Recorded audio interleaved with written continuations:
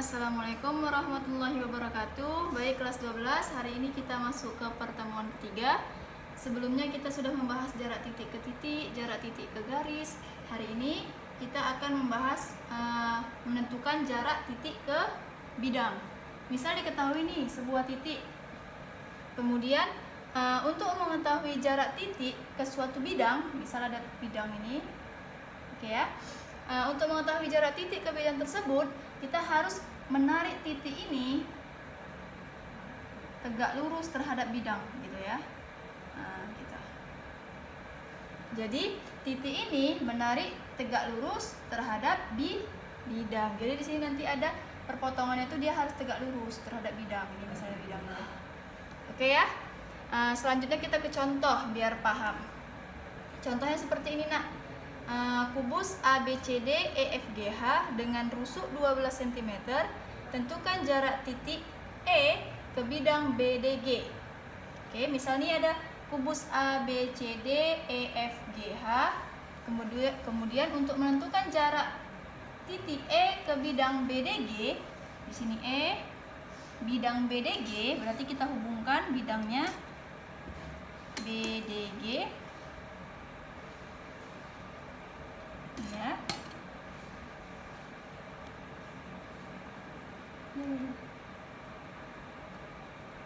BDG.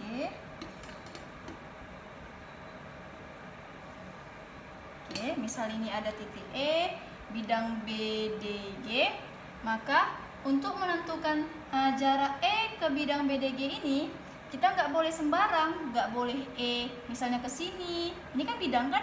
Bidang BDG juga, tapi kita nggak boleh narik titik E ini ke bidang ke sini, nggak boleh juga ke sini, nggak boleh ke sini, nggak boleh ke sini. Jadi kita nggak boleh ngasal nyari titiknya. Caranya itu gimana Mi? Caranya untuk E ke BDG kita harus tarik dulu proyeksi, titik proyeksi. Misal nih A ke C, kita tahu kan A ke C ini diagonal bidang, B dan G juga diagonal bidang alas. Maka perpotongan garis BD dengan garis AC ada di sini, ya kan? Ada pas di tengah-tengah alas. Sini ya, Nak. Oke. Kemudian caranya itu kita tarik titik E tadi harus tarik ke E dulu. E ini harus ketarik ke perpotongan BD dan AC tadi, Nak. Jadi seperti ini. Tarik E ke BD.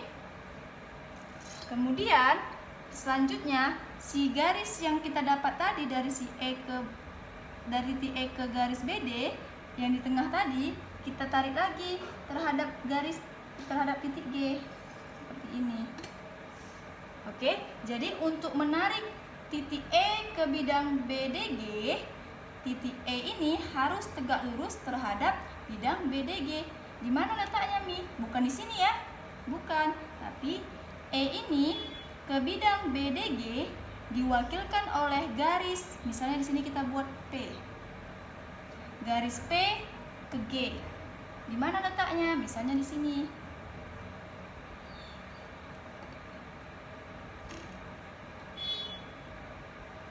Nah, misal di sini ada siku-siku.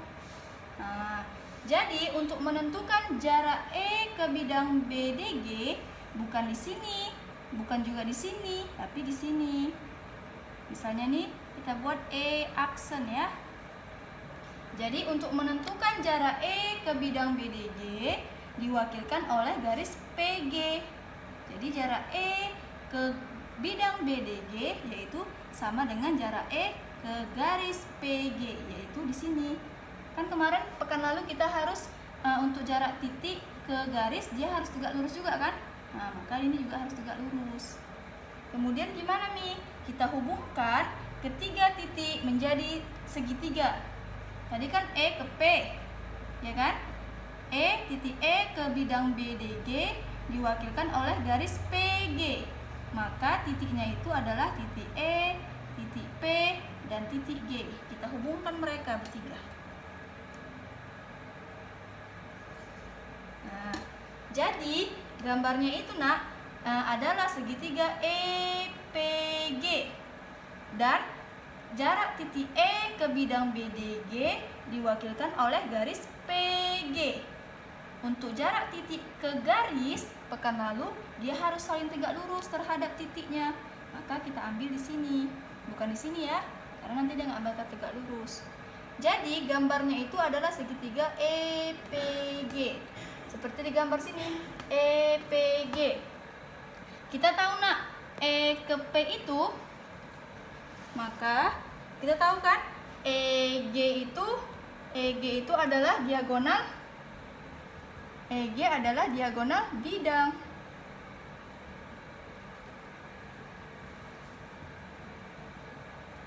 Kemudian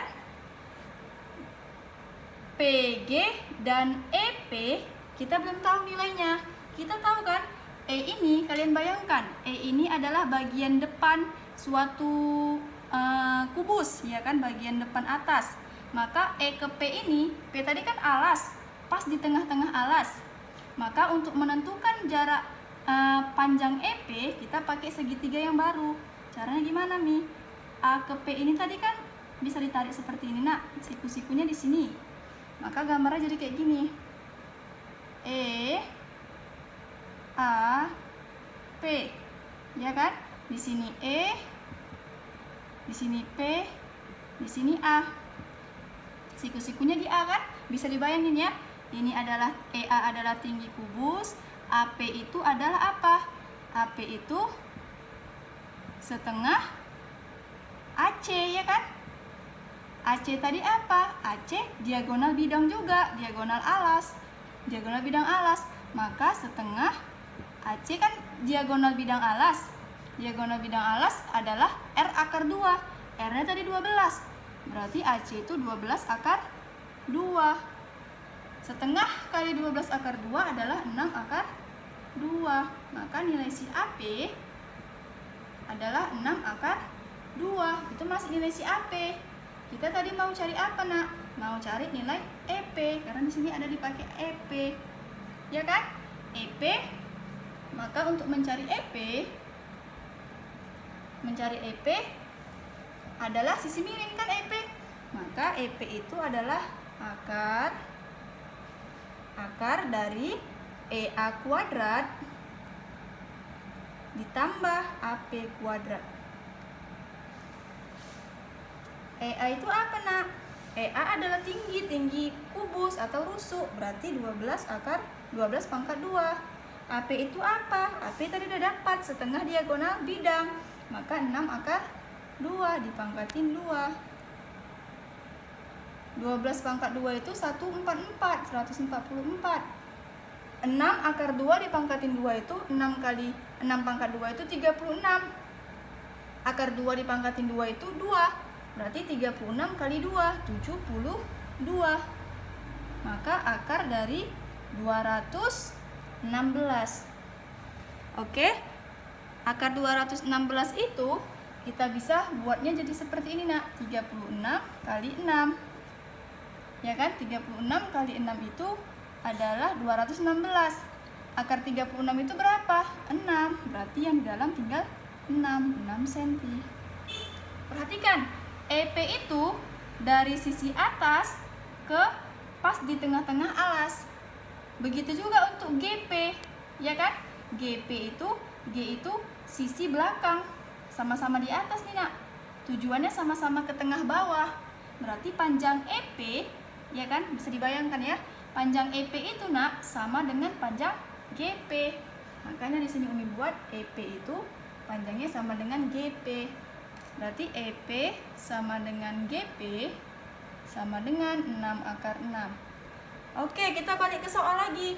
Tadi kita mau mencari panjang titik E terhadap bidang BDG yang diwakilkan oleh garis E ke E aksen. Maka E ke BDG diwakilkan oleh garis PG. Ini tadi kan PG. Maka E ke PG adalah gini ya. Tegak lurus di sini. Di sini tadi E aksen. E ke PG, E aksennya di sini. Tegak lurus.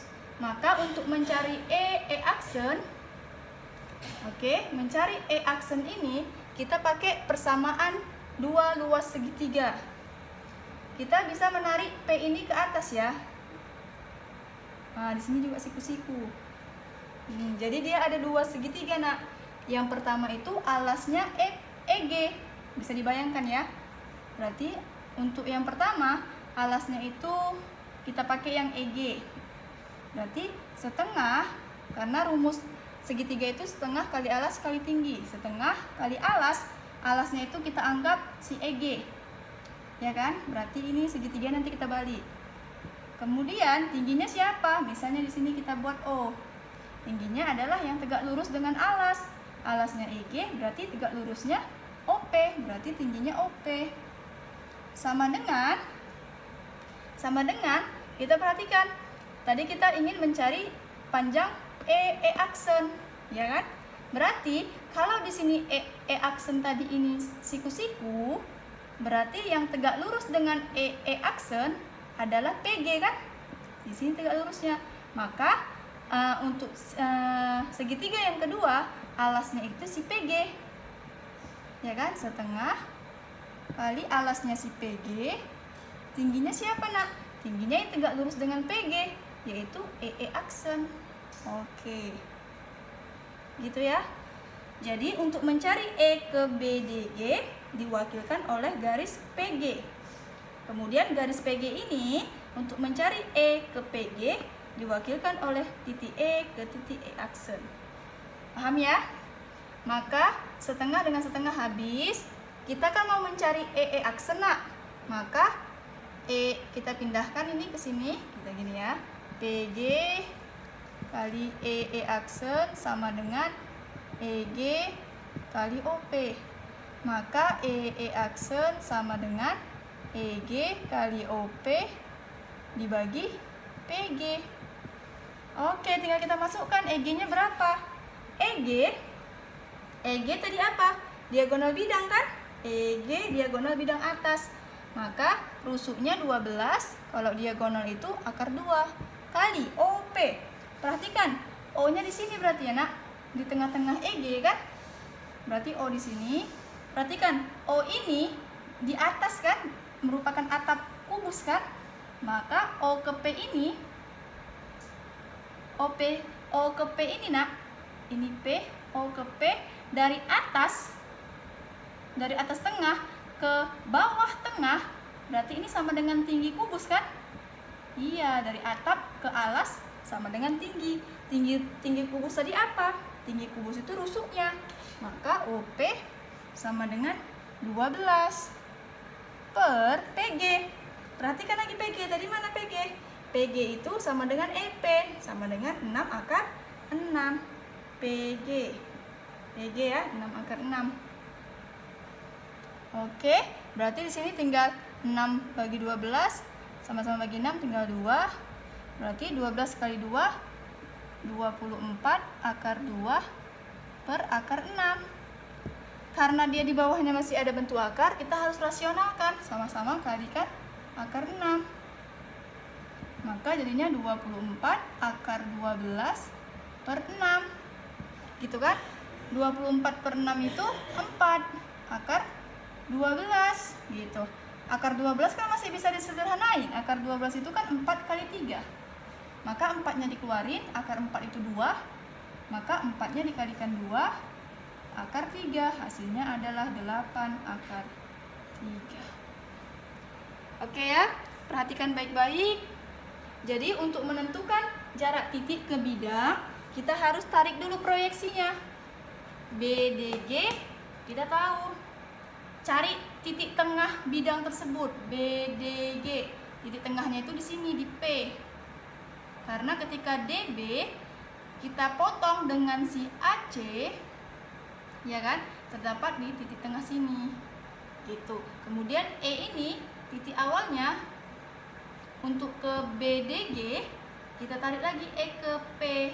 Kemudian P ini kita tarik ke G. Maka dapatlah dia perwakilan E ke BDG diwakilkan oleh E ke garis PG.